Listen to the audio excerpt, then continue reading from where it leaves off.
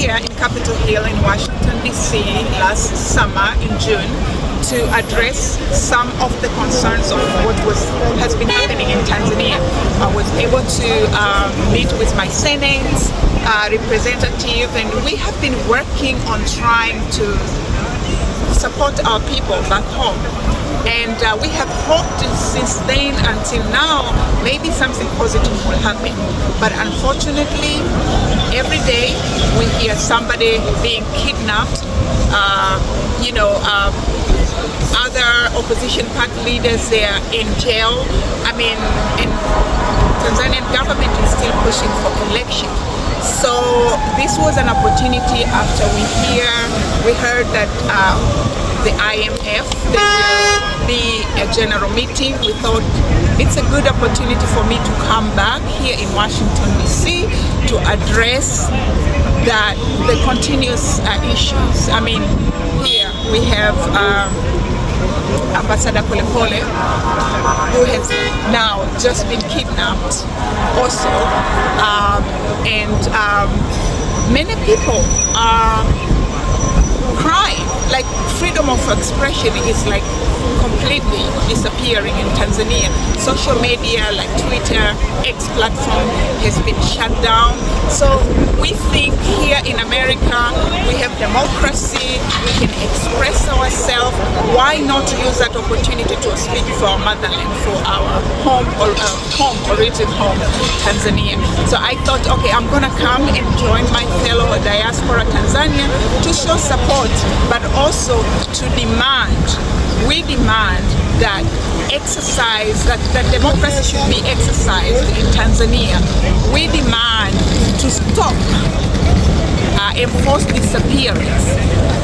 We demand that fair and free election. That same way the ruling party is able to do their campaign, same way other parties also should have a voice. So that's why we're here. We're here back in D.C. and I'm actually, after the demonstration, I'm going back to speak to my Senate so we can follow up with what is being done also with the U.S. government. They have issued statement condemning the violation of human rights, but what's next? Because we see things that still continue to happen and we are concerned. Kwanza, kwa nini umesafiri kuja hapa? Kwa kweli nilikuwa Washington DC Juni ya mwaka huu kuongea na seneta wangu na pia kuaddress a few concerns. At that time nafikiri kanisa la Gwajima lilikuwa makanisa yamefungwa na pia watu walikuwa wanatekwa na vitu vingi vilikuwa vinatokea kule nyumbani. Kama Mtanzania au kama mimi sasa hivi ni Marekani, lakini nyumbani bado kunabakia ni Tanzania. Nina ndugu, yani tunasikia vitu hivi vinatuumiza. So nilikuja hapa hiyo Juni, nikaamua nije niongee na tumeongea na Senate, tumeongea na Foreign Committee. Mmeona wame-issue statement ya kulaani ukiukaji wa haki za binadamu, lakini bado vitu vinaendelea. Unaona hizi siku chache wamemchukua Ambassador Polepole. Sasa wengine wamepotea, tumekuwa tunapiga kelele, kina Soka, kina Mdude, hayo ni majina ambayo yanafahamika, lakini kuna wengi sana. Mmeona hapa listi leo, wameongelea listi kubwa. Hawa watu wanapelekwa wapi? Serikali haikemei utekaji. What is going on in the country? Kwa hiyo ndio maana nikaona hii opportunity. IMF wanatoa pesa nyumbani na sasa hivi wana general meeting. Nikaona ni waungane na wadiaspora wenzangu wa Tanzania tuje tuongee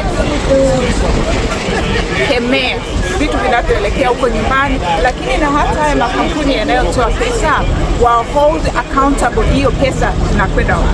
kama wewe una sponsor au una support digital enhancement, yani maendeleo ya digital, lakini sasa hivi social media zimefungwa.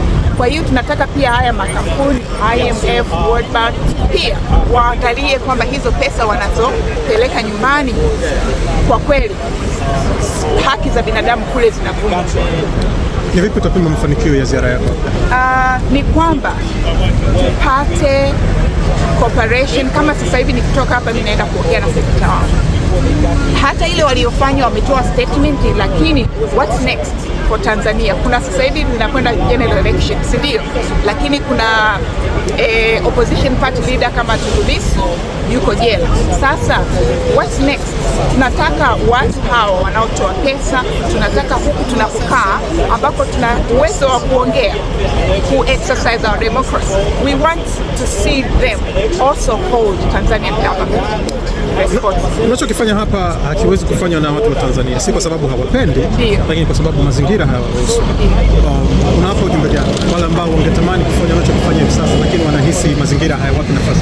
Na hiyo inasikitisha sana, kwa sababu constitutional yani sio kwamba kila siku tunasisitiza. Unapoona kuna kitu kinaendelea au kitu ukubaliane nayo, uwe na uwezo wa kusema no, hii hapana. Kwa hiyo ambacho labda ningeweza kuambia Watanzania wenzangu, nafikiri kipindi cha uoga kiishe, tupate ile motivation ya kutumia haki zetu, tuende kuomba haki zetu. Okay, mimi nilikuwa na swali moja kabla mwandishi wangu hajaondoka. Nimeona kuna kundi lingine hapa limeibuka katika eneo hili.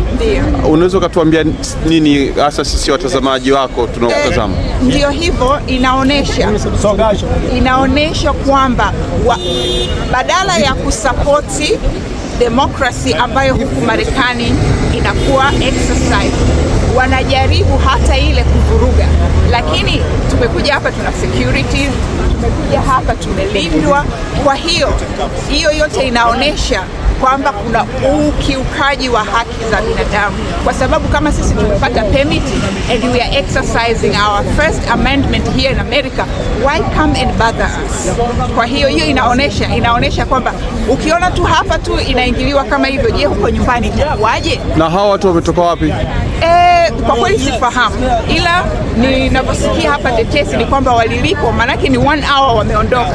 So I think the same people ambao saa nyingine wanafanya smear campaigns, ukiongea kitu wanakuja wanaku attack, the same people wanaokuwa wanalipwa kusema negative, hao ndio wamelipa hawa watu wajao. Asante kwa muda wako.